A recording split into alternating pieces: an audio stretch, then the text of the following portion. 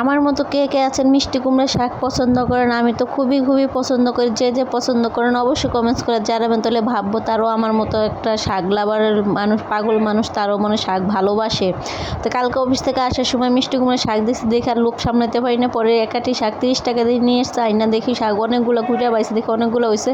পরে সকালে আমার বোনের বাসায় গেছিলাম, যাই অনেক কতগুলো দিয়ে দিচ্ছে, আমি কতগুলো রাঁধছি। হ্যালো এভরিওয়ান, কি অবস্থা? আসলে সবাই ভালো আছেন, আমিও ভালো আছি। আজকে আমি মিষ্টি কুমড়া শাক শুটকি দিয়ে রান্না করবো, সেটা আপনাদের সাথে শেয়ার করবো। প্রথমে চুলাটা জ্বালিয়ে কড়াইটা বসে নিচে নিয়ে এখানে শুটকি, মরিচ আর আলু ছোট ছোট করে কেটে দিয়ে দিছি, দিয়ে এখন শাকগুলো দিয়ে দিতে। তো শুটকি দিয়ে আলু দিয়ে রান্না করবো শুকনো শুকনো করে, সেজন্য শুটকিটা আগে দিছি যাতে, আর আলুটা দিছি আগে যাতে নিচেতে ভালো করে সিদ্ধ হয়ে যায়। এই মিষ্টি কুমড়োর শাকটা না শুটকির থেকে মাছ দিয়ে রান্না করলে খুবই মজা লাগে। ধরেন শিং মাছ, কই মাছ বা অন্যান্য মাছ, যেগুলো মাছের কথা বলছে সেগুলো মাছ আমার ফ্রিজে নেই, সেজন্য ভাবলাম যে শুটকি দিয়ে রান্না করে তাহলে দেখি কেমন হয়। কিন্তু বিশ্বাস করেন ভাই, এতটা মজা হয়েছে যা বলার বাহিরে।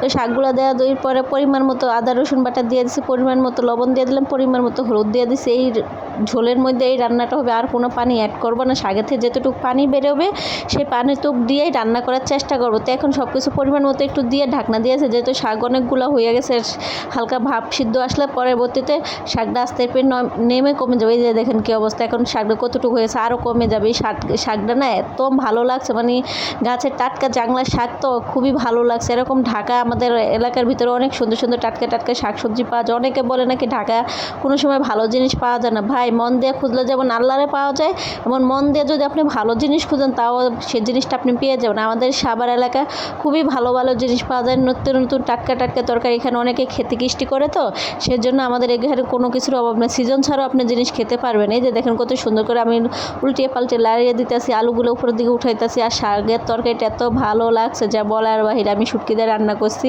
আমি ভাবিও নেই যে এরকমটা লাগবে। আমার বোনের বাসায় যখন অর্ধেক নিয়ে গেছে, ওরা অর্ধেক দিয়েছিলাম সকালে, ওর বাসায় এরকম শুটকি দিয়ে রান্না করছে, খেয়ে দেখে খুবই ভালো হচ্ছে। তো শাকটা লাড়া ছাড়া দিয়ে ভালো করে সিদ্ধ করে নিয়ে শাকটা নামিয়ে নিয়েছি। এখন পেঁয়াজ রসুন দিয়ে শাকটা বাগার দিয়ে নেব, পরিমাণ মতো তেল দিয়ে শাকটা ব্রাউন কালার করে ভেজে নিয়েছে। নিয়ে এখন শাকটা আবার দিয়ে এখন ভালো করে এটা মিক্স করে লেড়ে ছেড়ে নেব। এই শাকের বাগারের মধ্যে হলে আসল স্বাদ। শাক যদি বাগার না দেওয়া হয় তাহলে করে অতটা স্বাদ থাকে না।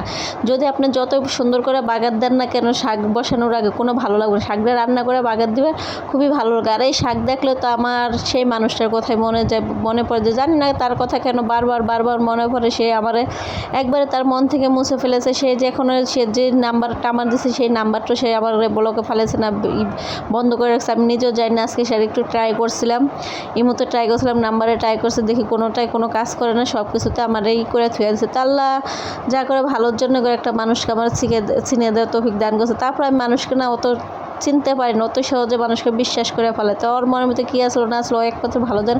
আজকে ভিডিওটা এই পর্যন্ত, আল্লাহ হাফেজ।